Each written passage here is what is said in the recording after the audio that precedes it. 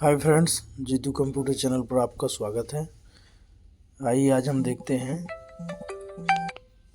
Indian polity की new vacancy, वो Indian polity की न्यू क्लास है। ये ऑनलाइन क्लास है। हम बात करेंगे फ्रेंड्स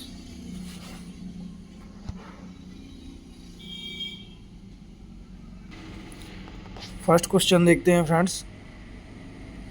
भारतीय संविधान के किस भाग को उसकी आत्मा की आख्या प्रदान की गई है? तो आपको पता होना चाहिए फ्रेंड्स कि भारतीय संविधान की आत्मा की आख्या प्रदान की गई है। तो हम आत्मा की जहाँ तक बात करेंगे तो आत्मा हमारे हिसाब से प्रस्तावना को भारतीय संविधान की आत्मा कहा गया है। देखते हैं इसका राइट आंसर क्या है फ्रेंड्स। प्रस्तावना इसका राइट आंसर है। सेकंड क्वेश्चन, संविधान निर्माताओं ने किस पर विशेष ध्यान दिया है? किस पर ध्यान दिया विशेष? प्रस्तावना पर, मूल कर्तव्य, मौलिक अधिकार या राज्य के नीति निर्देशक तत्व? तो क्या है फ्रेंड्स इसमें? तो हम देखते हैं फ्रेंड्स इसका आंसर प्रस्तावना है क्या? राइट, प्रस्तावना आंसर मेन है।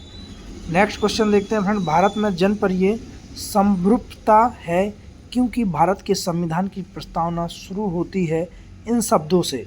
तो आपको पता है कि भारत की संविधान प्रस्तावना शुरू होती है हम भारत के लोग। राइट आंसर है फ्रेंड्स ये अपना। इसके बाद हम देखते हैं नेक्स्ट क्वेश्चन, भारत को गणतंत्र क्यों कहा जाता है? आपको इसके बारे में पता होना चाहिए कि भारत को गणतंत्र क्यों कहा जाता है। तो हम देखते हैं इसकी विधानमंडलों की अधिकतम संख्या जनता द्वारा प्रत्यक्ष चुनी जाती हैं, या यह राज्यों का एक संघ है, या भारतीय नागरिक मूल अधिकारों का उपयोग करती है, यहाँ राज्य का प्रमुख निर्धारित अवधि के लिए निर्वाचित होता है। तो यह राज्यों का एक संघ है, भारतीय नागरिक मूलभूत अधिकारों का उपयोग करती है। तो फ्रेंड्स मुझे लगता है क्या होना चाहिए, यहाँ राज्य का प्रमुख निर्धारण अवधि के लिए निर्वाचित होता है। तो राज्यों का एक संघ होना चाहिए ये आंसर। देखते हैं फिर भी क्या आंसर है। ये रॉन्ग है, हो सकता फिर डी आंसर होना चाहिए। तो फ्रेंड्स ये आंसर आपका डी आंसर है। नेक्स्ट क्वेश्चन, भारत एक क्या है? धर्मनिरपेक्ष राष्ट्र, हिंदू मुस्लिम राष्ट्र, इनमें से कोई नहीं। तो भारत एक धर्मनिरपेक्ष राष्ट्र है। अगला क्वेश्चन, धर्मनिरपेक्षता का अर्थ क्या है? राज्य सरकार सभी धर्म के खिलाफ, राज्य सरकार द्वारा एक धर्म को स्वीकार, राज्य सरकार द्वारा किसी धर्म को स्वीकार नहीं करना। बिल्कुल किसी भी धर्म को स्वीकार, इनमें से कोई नहीं भी कह सकते हैं अपन। देखते हैं आंसर, ये सी आंसर है। किसी भी धर्म को राज्य सरकार स्वीकार नहीं करती है।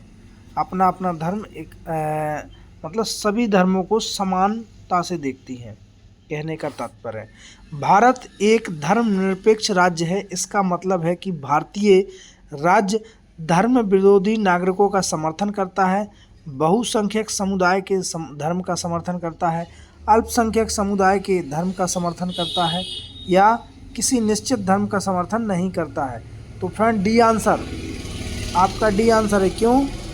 देख लीजिए आप, राइट आंसर है आपका डी आंसर। नेक्स्ट क्वेश्चन, गणतंत्र होता है क्या? होता है गणतंत्र? तो हम बात करेंगे गणतंत्र क्या होता है। केवल एक लोकतांत्रिक राज्य, अध्यक्षीय पद्धति शासन वाला राज्य, संसदीय पद्धति शासन वाला राज्य जहाँ पर अध्यक्ष वंशानुगत रूप से ना हो। तो जहाँ अध्यक्ष कैसा ना हो? वंशानुगत ना हो। और तो गणतंत्र हम इसे कह सकते हैं, देख सकते हो। ये भी कह सकते हैं केवल एक लोकतांत्रिक राज्य, इससे भी ये भी आंसर हो सकता है। तो डी में से देखते हैं कौन सा आंसर है। राइट, डी आंसर राइट है फ्रेंड्स। नेक्स्ट देखते हैं, निम्नलिखित में से वो दो शब्द कौन से हैं जिनका समावेशन 42वें संशोधन द्वारा संविधान की उद्देशिका में किया गया है? तो आपको पता है फ्रेंड्स दो शब्द कौन से? धर्मनिरपेक्ष लोकतंत्र, समाजवादी धर्मनिरपेक्ष या धर्मनिरपेक्ष गणतंत्र। तो कौन सा है फ्रेंड्स इसमें दो शब्द?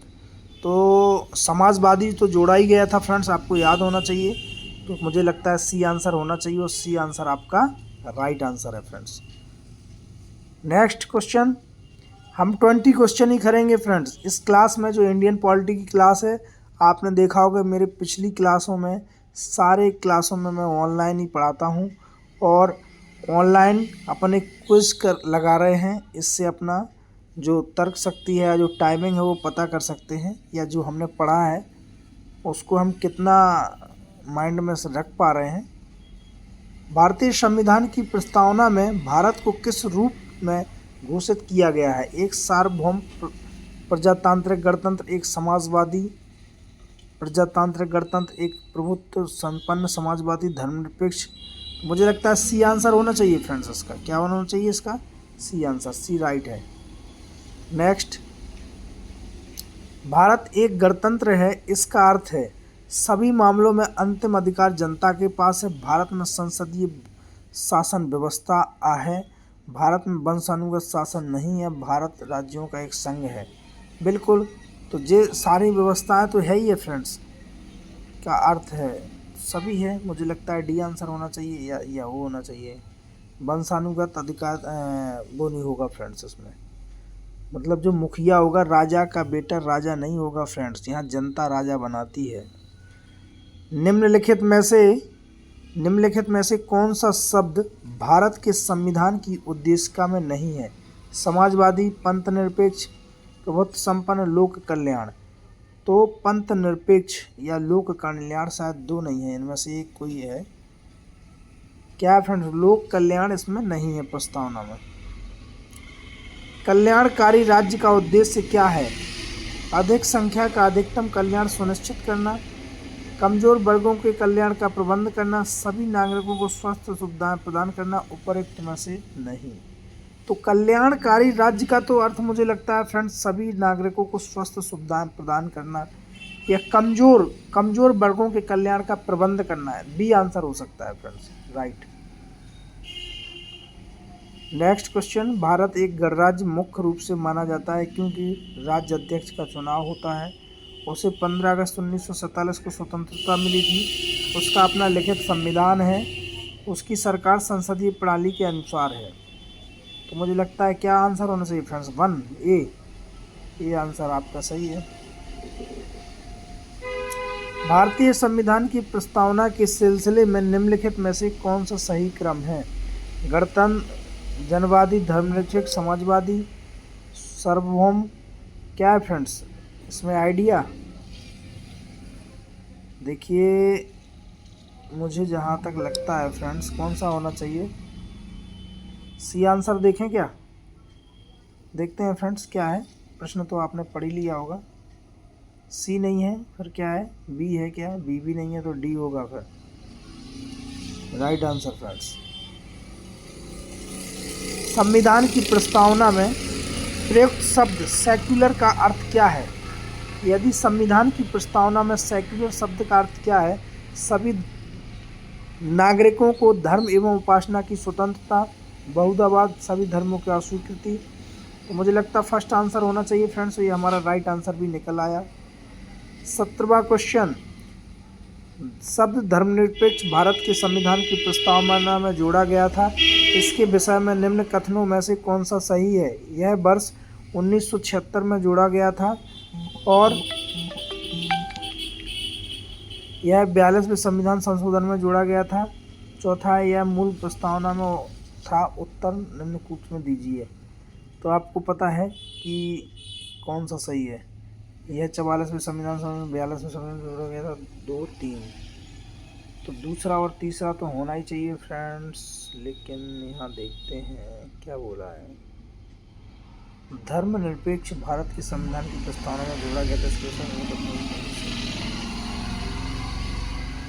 1976 में तो जोड़ा गया था फ्रेंड्स, 76-78 में जोड़े गए थे, लेकिन धर्मनिरपेक्ष की बात हो रही है यहाँ फ्रेंड्स। तो 76-78 है, 42 में 44, 2 या 3 में से कोई है क्या फ्रेंड्स?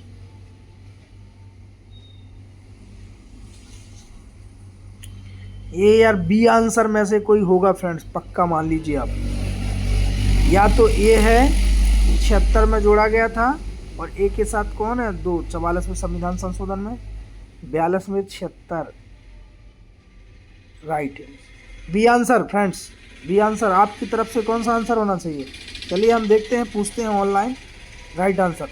क्योंकि फ्रेंड्स 1976 में और 42वें संविधान संशोधन में ये जोड़ा गया था। Thank you. नेक्स्ट क्वेश्चन, भारतीय संविधान की प्रस्तावना में लिखित हम भारत के लोग से क्या अर्थ निकलता है? भारतीय गणराज्य की प्रभुत्वता जनता में निहित है। संविधान का निर्माण भारत की जनता द्वारा हुआ है, या संविधान निर्माता भारत की जनता का प्रतिनिधित्व करते हैं और भारत का संविधान भारत की जनता की सहमति पर आधारित है।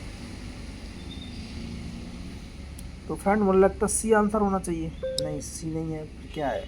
बी आंसर है फ्रेंड्स। 2 क्वेश्चन और बचे फ्रेंड्स, लास्ट के 2 क्वेश्चन। समाजवाद का अर्थ क्या है? सामाजिक नियंत्रण, राष्ट्रीयकरण, सामाजिक न्याय, सामाजिक स्पर्धा। क्या है समाजवाद? सामाजिक नियंत्रण, राष्ट्रीयकरण, सामाजिक न्याय। देखते हैं, सामाजिक न्याय राइट आंसर है। इसके बाद लास्ट क्वेश्चन है फ्रेंड्स, भारतीय संविधान में समवर्ती सूची किसके संविधान से ली गई है? Australia, Germany, Canada, USA. कहाँ से फ्रेंड्स सूची कहाँ से ली गई है समवर्ती?